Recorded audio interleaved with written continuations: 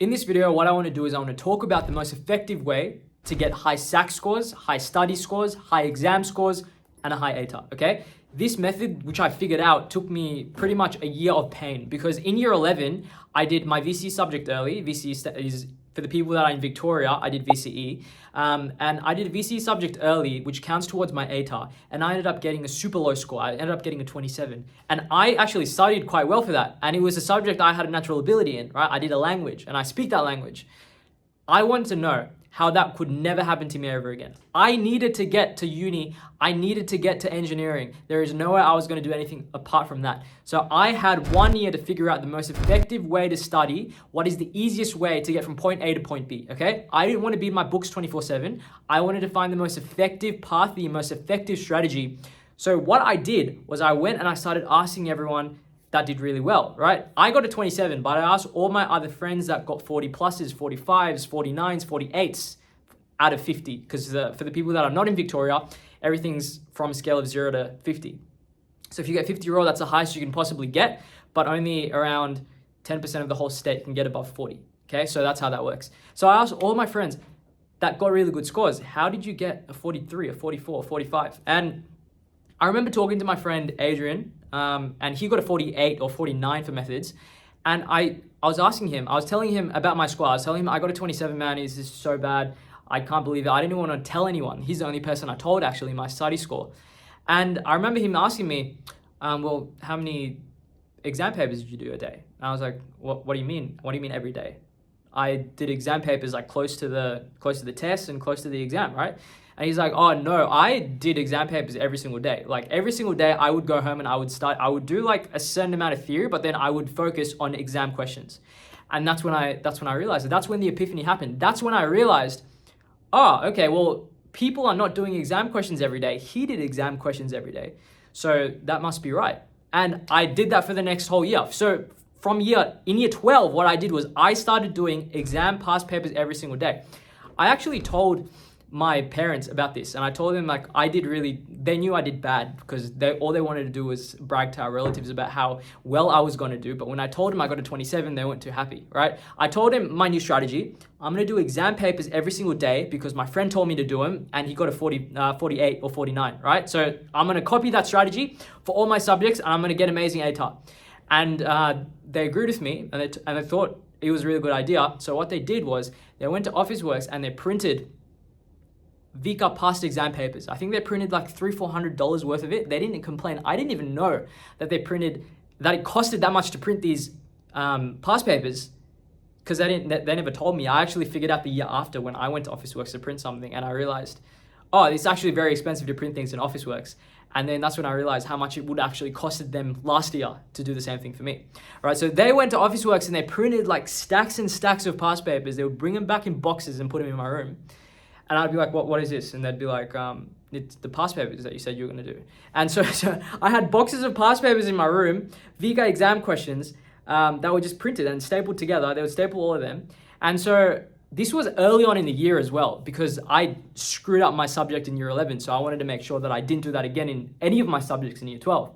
So then I was faced with the task of going through those past papers, circling every single question that is relevant to each topic in the textbook for each of my subjects, and then doing them regularly on a day-to-day basis, right? Because the problem that a lot of people have and a lot of students, why from my personal experience of tutoring for like the past 4 years, the reason people don't do past exam papers is because they think it's too early to do them. It's never too early to start doing past exam papers. You should be doing them from week 1. The only problem is you don't know which questions to do because you haven't learned the content. So if you haven't learned the content, how do you know what questions you should know how to do, right? So it's like a loop. So that's why it was so important. That's why it's so important to get help.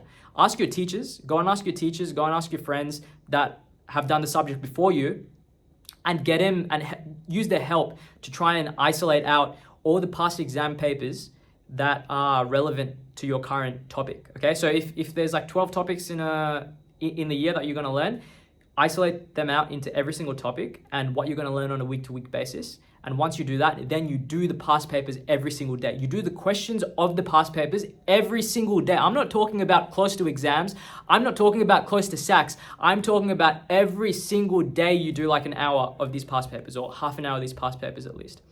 And the thing is, sorting them out is what takes the longest amount of time, and that's what took me the longest amount of time. If you can get someone to do it for you, or you have it broken down specifically, like these are the questions for this topic, these are the questions for this topic. If you have it broken down like that, then it's super easy to just go ahead and go and do it. You don't have to spend time sorting them out. All you have to do is spend time thinking about the questions which you have sorted out, okay?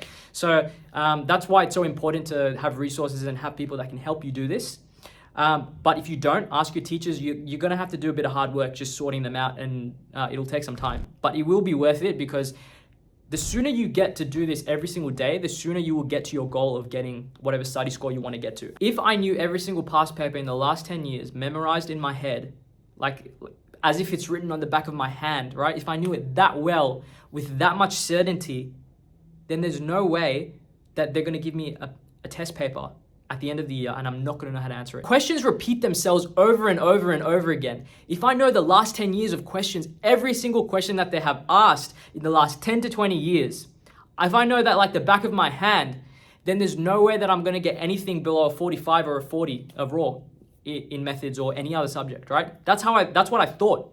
And that was true. That ended up being true, right? So that was my hypothesis, and that's what I tested out.